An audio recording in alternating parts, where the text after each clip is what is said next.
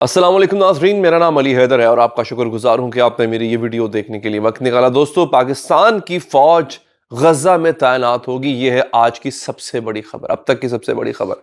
हो सकता है आपने खबर पहले सुन ली हो, लेकिन इस खबर का एक दूसरा जाविया मैं आज आपके सामने रखने जा रहा हूं। एक तो ये खबर, इसका दूसरा जाविया कि क्या ये अच्छी बात है या गलत बात है। इससे पहले कि मैं आगे बढ़ूं, अगर आप लोग कमेंट करके बता देते हैं कि क्या ये पाकिस्तान के लिए एजाज की बात है या पाकिस्तान के लिए शर्मिंदगी की बात है, क्योंकि मेरा इस पे एक मुख्तलिफ टेक होगा, तो मैं आपको इसकी डिटेल बताऊंगा। दोस्तों, अब जंग होगी।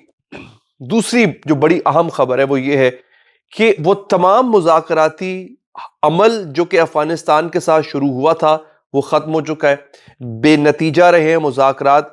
अच्छा, कहा यह जा रहा है कि जो अफगान तालिबान का वफ्द था वो पूरी कोशिश कर रहा था कि मुज़ाकरात कामयाब हो जाए, लेकिन उनकी तारें काबुल से खींची जा रही थी और काबुल की तारें जो है वो शायद नई दिल्ली से खींची जा रही थी, इसलिए मुज़ाकरात नाकाम हुए हैं। और अब जो पाकिस्तान ने ऐलान किया है वो ऐलान बहुत बड़ा है कि एक तो जंग होगी, जंग बहुत बड़ी होगी और जंग में पाकिस्तान अपनी ताकत का जो सबसे बड़ा हिस्सा है वो इस्तेमाल करेगा अफगानिस्तान के साथ। यानी मुझे यह नजर आ रहा है कि पाकिस्तान न सिर्फ जंग करेगा बल्कि जंग का मकसद यह होगा कि टीटीपी को खत्म किया जाए, वो तो पहला अव्वलीन मकसद है ही, लेकिन जो दूसरा बड़ा मकसद है वो ये नजर आ रहा है कि पाकिस्तान अफगान तालिबान की जो रिजीम है उसको चेंज करेगा। अब क्योंकि पाकिस्तान को अफगान तालिबान कबूल नहीं है, क्योंकि पाकिस्तान के लिए अब अफगान तालिबान खतरा है, न सिर्फ टीटीपी की वजह से बल्कि अफगान तालिबान की जो भारत से कुर्बत है उसकी वजह से भी।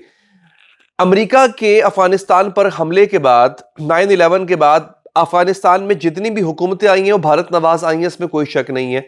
तालिबान हुकूमत एक ऐसी हुकूमत थी जिसके बारे में पाकिस्तान ये सोच रखता था कि ये पाकिस्तान नवाज या पाकिस्तान के हक में बेहतर होगी, लेकिन अब सूरत हाल ये बन चुकी है कि पाकिस्तान को यकीन हो गया है कि अफगान तालिबान भी उनके हक में नहीं है, लिहाजा अब वो रिजीम चेंज करेंगे और उसके बाद वहां पे एक ऐसी गवर्नमेंट इंस्टॉल की जाएगी जो न सिर्फ पाकिस्तान के हक में हो बल्कि अमेरिका के हक में भी हो। दोस्तों, अब जो अमेरिका पाकिस्तान की कुर्बतें आ चुकी हैं, एक दूसरे के करीब आ चुके हैं, आप हैरान होंगे दोस्तों। प्रेसिडेंट ट्रंप ने हाल ही में जो तारीफों के पुल बांधे हैं आपके फील्ड मार्शल आसिम मुनीर के लिए, वो बड़ी हैरानकुन बात है। कोई ऐसा मौका नहीं जाने देते प्रेसिडेंट ट्रंप जहां पे वो शहबाज शरीफ की तारीफ ना करें और फिर उसके बाद chief of army staff field marshal Asim Munir की बात ना करें। अमेरिका कभी भी फ्री लंच नहीं देता है। अगर कोई ये समझ रहा है कि प्रेसिडेंट ट्रंप इतनी तारीफें कर रहा है शहबाज शरीफ साहब की, आसिम मुनीर साहब की, और इतनी तारीफों के पुल बांध रहा है, इतने करीब कुर्बत का इजहार कर रहा है, बार बार ये याद दिला रहा है इंडिया को कि जनाब 7 जहाज हमने गिराए। ये भी कहा उसने ना कि 7 खूबसूरत जहाज जो कि इंडिया ने नए नए खरीदे थे वो भी गिरा दिए। आसिम मुनीर कमाल का आदमी है, ये बातें वो क्यों कर रहा है? वो चाहता क्या है? आप याद करें, जब जब पाकिस्तान से कोई काम लेना मकसूद था अमेरिका को, तब तब पाकिस्तान में जमहूरियत नहीं थी, और अगर थी तो उसको हटाया गया, मार्शल लॉ लगवाया गया, फौजी हुकूमत लगवाई गई। अभी जो सूरत हाल है पाकिस्तान में, अभी भी आपके सामने जमहूरियत नाम की तो कोई चीज है नहीं। तो पाकिस्तान के अंदर जो है वो किसके थ्रू क्या काम लिया जा रहा है मुझे बताने की जरूरत नहीं है। माशाल्लाह आप लोग समझदार हैं, आप लोग समझ सकते हैं, आप लोग जान सकते हैं कि हो क्या रहा है। लेकिन एक बात तो तय है कि पाकिस्तान की इज्जत पूरी दुनिया में बड़ी है और उसका जो क्रेडिट है वो मौजूदा गवर्नमेंट को भी जाता है, मौजूदा एस्टैब्लिशमेंट को भी जाता है।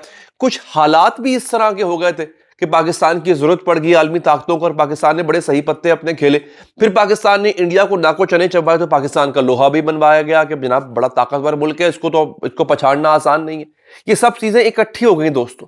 अभी हाल ही में सऊदी अरब में जो कॉन्फ्रेंस हुई है वहां पर शहबाज शरीफ साहब फुटबॉल खेलते हुए नजर आए, वो देख लीजिए। शहबाज शरीफ साहब को जो इज्जत दी गई वो भी आप देख लीजिए, आपके सामने विजुअल्स चल रहे हैं। शहबाज शरीफ साहब जो है वो जो फीफा का जो सदर है उसके साथ फुटबॉल खेल रहे हैं। एक तस्वीर लगती है जहां पे क्राउन प्रिंस मोहम्मद बिन सलमान मुल्क दुनिया के डिफरेंट जो ममालिक हैं उनके सरबराहों से मुलाकात करते हैं, और वो तस्वीर आप जरा देखिए कि उस अखबार की, अब देखिए जो अखबार यूएई में, सऊदी अरब में, गल्फ कंट्रीज में जो अखबारें छपती हैं ना, ये हुकूमत की ईमा के बगैर कुछ भी नहीं लगा सकते, ना ही लिख सकते। तो जो तस्वीरें आपको नजर आ रही हैं, डेफिनेटली इसमें सऊदी हुकूमत का अप्रूवल शामिल है। अब आप देखिए शहबाज शरीफ साहब के साथ जो फोटो है वो बड़ी एक वाज़ेह बड़ी फोटो है, और दीगर जो ममालिक, हालांकि वो ममालिक, दीगर ममालिक पाकिस्तान से कई गुना ज्यादा अमीर ममालिक हैं, बड़े ममालिक हैं, उनके सरबराहान के साथ जो फोटो है मोहम्मद बिन सलमान की, वो छोटी फोटो। तो पाकिस्तान को जो अहमियत, जो इज्जत मिल रही है, इस पर तो मेरा भी सर फखर से बुलंद होता है, इसमें कोई शक नहीं है, बहुत बड़ी बात है ये। लेकिन पाकिस्तान से जो काम लिया जाएगा, मुझे उस पर थोड़ा एतराज है। हाँ, मैं ये चाहता हूं कि अफगान तालिबान को सबक सिखाना चाहिए, इन्होंने पाकिस्तान के साथ नमक हरामी की है, लेकिन ये तब हुआ है सब जब ट्रंप ने फैसला किया कि अब मुझे तालिबान को सबक सिखाना है। क्यों? क्योंकि मैंने इनसे बगराम एयरबेस मांगी थी, इन्होंने नहीं दी। उसके बाद जो दूसरी बड़ी, जो पहली बड़ी खबर थी, वो क्या थी? गज्जा में पाकिस्तानी फौज तैनात होगी, और भी होंगे, ऐसा नहीं है। इंडोनेशिया की फौज भी होगी इसमें। इसमें मैं आपको पढ़ देता हूं, मेरे पास पूरी खबर जो है वो मौजूद है। बैनुल अक़वामी फोर्स इंडोनेशिया, अजरबैजान और पाकिस्तान की फौजियों पर मुश्तमिल होगी। इस फौज का मकसद क्या है? अमन बरकरार रखना, ठीक है। क्या ये इसराइली जाररियत को रोकेगी? हमें नहीं पता, लेकिन एक चीज हमें पता है कि हमास को डिसआर्म करने में इसका किरदार होगा। डिसआर्म का मतलब होता है कि हमास से हथियार लेने हैं, हमास को आपको नाकारा करना है। देखिए, डील यही है ना, जो डील हुई है वो यही हुई है कि हमास हथियार फेंकेगी, हमास हथियार हवाले करेगी उस पीस फोर्स के, अब जिसमें पाकिस्तान भी होगी। तो क्या पाकिस्तानी फौज हमास से हथियार लेगी? क्या यह सही रहेगा? क्या यह हमें करना चाहिए है? दूसरा, ये आज फिर इसराइल ने बमबारी करके 60 फलस्तीनी, गज्जा में बमबारी करके 60 फलस्तीनियों को शहीद किया। इसराइल सीज फायर, जंग बंदी के मुआहदे पर अमल नहीं कर रहा है दोस्तों। तो पाकिस्तान, क्या इसराइल, पाकिस्तानी फौज क्या इसराइल के आमने सामने खड़ी होगी? जब वो पीस फोर्स वहां पे कायम हो जाएगी, पाकिस्तान उसका हिस्सा होगा, इसराइल दोबारा जाररियत करेगा, और मुझे लगता है कि करेगा, तो क्या पाकिस्तानी फौज उसका सामना करेगी, उसको रोकेगी? बहुत बड़ा सवाल है। सवाल का जवाब आप नीचे कमेंट बॉक्स में कमेंट करके दे सकते हैं दोस्तों। ये हुआ। अच्छा, दूसरा, अब एक बड़ा प्लान तैयार हो चुका हुआ है। अहमद शाह मसूद का पता है आपको? अहमद शाह मसूद का जो बेटा है अहमद मसूद, वो मैदान में आ चुका है और खुलकर पाकिस्तान की हिमायत कर रहा है। ये क्लिप छोटा सा आप देख लीजिए अहमद शाह मसूद के बेटे का। अगर आप अंग्रेजी समझ पाए, I'm श्योर आप समझ पाएंगे, लेकिन बड़ी मुख्तसर सा क्लिप मैं आपको दिखा रहा हूं, जिसमें आप समझ पाएंगे कि अहमद शाह मसूद का बेटा, पंशीर वाला अहमद शाह मसूद जो है, जिसको पंशीर का शेर कहा जाता था, और वो शहीद हुए थे तालिबान से लड़ते हुए। तो देखिए जरा उनका बेटा क्या कहता है। आपने देखा कि आज से पहले इनका किसी ने नाम नहीं सुना था, आज से पहले किसी ने देखा नहीं था, मुझे जहां तक याद है मैंने नहीं देखा था इन साहब को। अचानक से ये सामने आ गए। अच्छा, पंशीर में इनकी लड़ाई क्या थी तालिबान से? ये अफगानिस्तान पर अपना हुकूमत करना अपना हक समझते थे। तालिबान और जो अहमद शाह मसूद की फोर्सेस हैं, इनमें लड़ाई रहती थी, ठीक है। बिलाखिर इन्होंने सुसाइड बॉम्बिंग के जरिए, तालिबान का पुराना तरीका है, बड़ा घटिया तरीका है by the way, suicide bombing के जरिए इन्होंने अहमद शाह मसूद को मरवा दिया और पूरे अफगानिस्तान पर कब्जा कर लिया इन्होंने।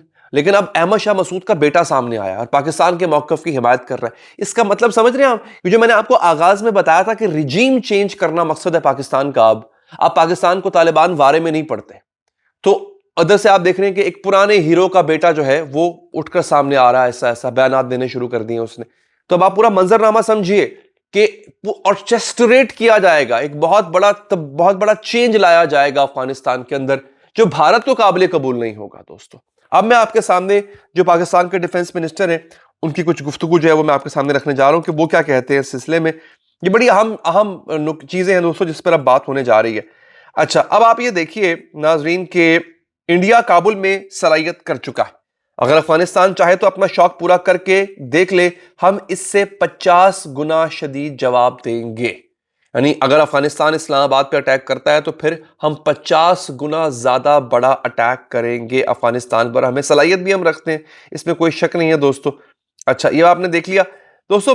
ख्वाजा आसिफ का बयान बाकायदा तौर पर तबले जंग है, ये बहुत बड़ी बात है। ये सुनिए, चौधरी फवाद चौधरी साहब ने कहा है कि very aggressive statement by defence minister, we are heading towards full fledged war. हम मुकम्मल जंग की तरफ जा रहे हैं। ये फवाद चौधरी साहब ने रीट्वीट किया है ख्वाजा आसिफ साहब के ट्वीट को। लेकिन ख्वाजा आसिफ साहब ने एग्जैक्टली कहा क्या था, जिससे पता चलता है कि हम जंग की तरफ जा रहे हैं। While on the request of brotherly countries who were persistently being obsessed with being besieged by Taliban regime, Pakistan indulged in talks to give peace a chance. Venomous statements by, अच्छा ये बहुत लंबा बयान है by the way, मैं पढ़ने पे आऊंगा तो इसका आपको मैं लुब्बे लुबाब बता देता हूं। पाकिस्तान ने कोशिश की मुज़ाकरात की, मगर मुज़ाकरात नहीं हुए कामयाब। तालिबान अपनी हठधर्मी पर रहे। अब जो है ना, पाकिस्तान ने कहा है कि we have borne your treachery and mockery for too long, but no more. Any terrorist attack or any suicide bombing inside Pakistan shall give you the bitter taste of such misadventures. Be rest assured that and test our resolve and capabilities if you wish so at your own peril and doom. कहते तुम्हारी किस्मत का खात्मा कर देंगे हम। पाकिस्तान में एक भी अगर दहशतगर्दाना हमला हुआ, एक भी खुदकुश हमला अगर हुआ, तो हम तालिबान की और अफगानिस्तान की ईंट से ईंट बजा देंगे। The war mongers amongst Taliban regime who have vested interest in continuation of instability in the region.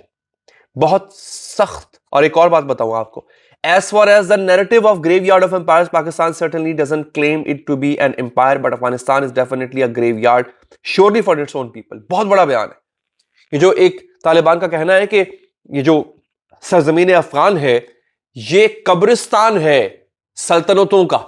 यहां पे ब्रिटिश रिजीम आई, बेड़ा गर्क हो गया। रूस, सोवियत यूनियन आई, बेड़ा गर्क हो गया। अमेरिका आया, बेड़ा गर्क हो गया।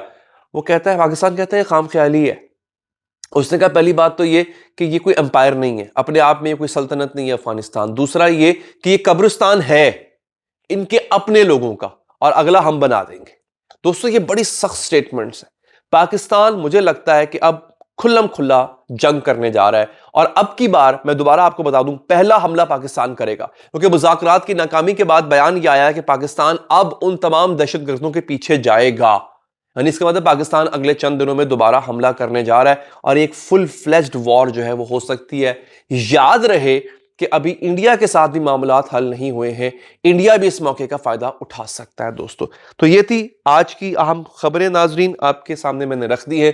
आप चैनल को सब्सक्राइब कीजिए अगर ऐसी मजीद खबरें जानना चाहते हैं। अपना बहुत ख्याल रखिए। अल्लाह ने के बाद।